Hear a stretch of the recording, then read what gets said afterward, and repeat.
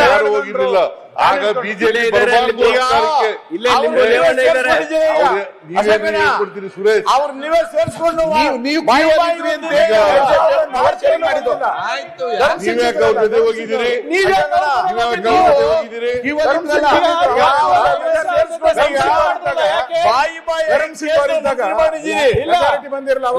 ಅವಾಗ ಸರ್ಕಾರ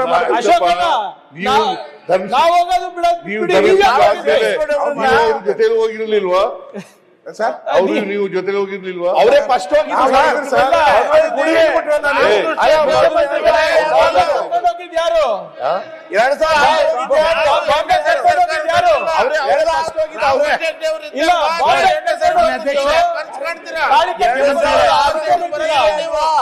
ಏನ್ ಸರ್ ಯಡಿಯೂರಪ್ಪ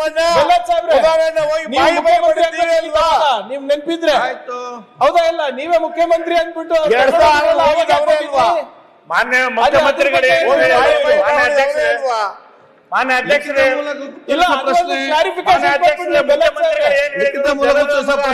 ಆಶೀರ್ವಾದ ಮಾಡಿದ್ದಾರೆ ಅಂತ ಲಿಖಿತ ಮೂಲಕ ಉತ್ತರಿಸುವ ಕಾಂಗ್ರೆಸ್ಗೆ 5 ವರ್ಷ ಆಶೀರ್ವಾದ ಮಾಡಿದ್ದಾರೆ.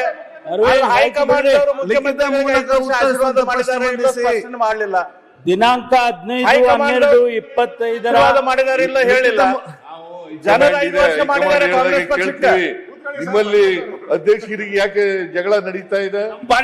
ನಮ್ಮ ಪಾರ್ಟಿ ವಿಷಯ ಬಿಡಿ ಸರ್. ಸರ್ಕಾರ ಜನ ಆಶೀರ್ವಾದ ಮಾಡಿದ್ದಾರೆ, ನಾವು ಮಾಡ್ತೀವಿ.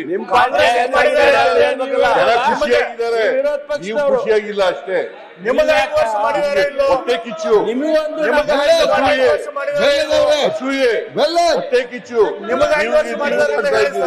ನಾವು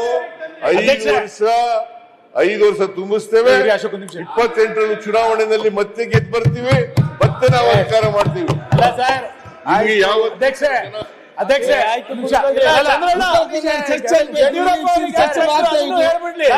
ಮುಖ್ಯಮಂತ್ರಿಗಳೇ, ಯಡಿಯೂರಪ್ಪ ಬ್ಯಾಂಕ್ವೆಟ್ ಹಾಲ್ ಅಲ್ಲಿ ಅಲ್ಲಿಂದ ಯಾಕೆ ಕೆಳಗಿಳಿಸಿಲ್ಲ? ನಮ್ಮ ಸರ್ಕಾರನಾಗಿಲ್ಲ, ರಾಮಕೃಷ್ಣ ಚಂದ್ರಬಾಬು ಮಾತ್ರ 2ನೇ ಸರಿ ಸರ್ಕಾರ ಬಂದಿದೆ ಹೊರತು ದೇವರಾಜ ಸಿದ್ದಾಗ ಬಂದ ಚರ್ಚೆ ದಯಮಾಡಿ ಕೇಳಿ.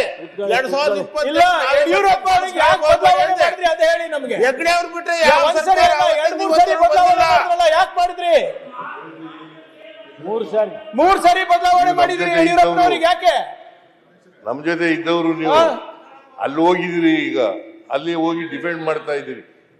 ಮಾನ್ಯ ಅಧ್ಯಕ್ಷರೇ, ನಾನು ಬಹಳ ಸ್ಪಷ್ಟವಾಗಿ ಹೇಳ್ತೀನಿ, ನಮ್ಮಲ್ಲಿ ಹೈಕಮಾಂಡ್ ಇದೆ. ಹೈಕಮಾಂಡ್ ಏನು ತೀರ್ಮಾನ ಮಾಡ್ತಾರೆ ಅದನ್ನ ಮಾಡ್ತೀವಿ. ಅದು ಒಂದು. ಎರಡನೇದು ಜನ ನಮ್ಗೆ ಆಶೀರ್ವಾದ ಮಾಡಿದ್ದಾರೆ. 5 ವರ್ಷ ಇರಿ ಅಂತ ಜನ ಆಶೀರ್ವಾದ ಮಾಡಿದ್ದಾರೆ. 2013ರಲ್ಲಿ ಆಶೀರ್ವಾದ ಮಾಡಿದ್ದಾರೆ, 2023ರಲ್ಲಿ ಆಶೀರ್ವಾದ.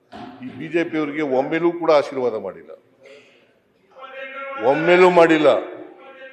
ಇಲ್ಲಿವರೆಗೂ ಮಾಡಿಲ್ಲ, ಮುಂದೇನೂ ಮಾಡಲ್ಲ. ಇವರು ವಿರೋಧ ಪಕ್ಷದಲ್ಲಿ ಶಾಶ್ವತ ಸಂಖ್ಯೆ 100 ಸೀಟು ನೀವು ಕಡಿಮೆ ಬರ್ತಾರೆ. ಯತ್ನಾಳ್ ಯಾಕೋ ಸುಮ್ಮನೆ ಕೂತಿದಾರಲ್ಲ, ಮಾತಾಡ್ತಾ ಇಲ್ಲ. ಹೊಸ ಪಕ್ಷ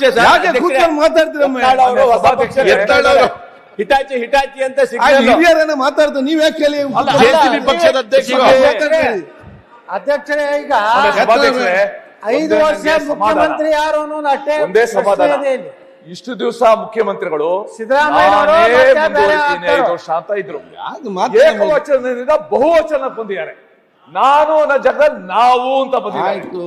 ಪ್ರಾಯಶಃ ಕನಕದಾಸರು ನಾನು ಹೋದಲ್ಲಿ ಮಾತ್ರ ಹೋಗುತ್ತೇನೆ ಎಂದಿದ್ರಲ್ಲ, ಅದನ್ನ ಇವತ್ತು ಅನುಷ್ಠಾನಕ್ಕೆ ತಂದಿದ್ದಾರೆ. ಈಗ ನಾನು ಹೋದರೆ ಓದೇನು, ನಾನು ಅದು ಕನಕದಾಸರು ಹೇಳಿರೋದು.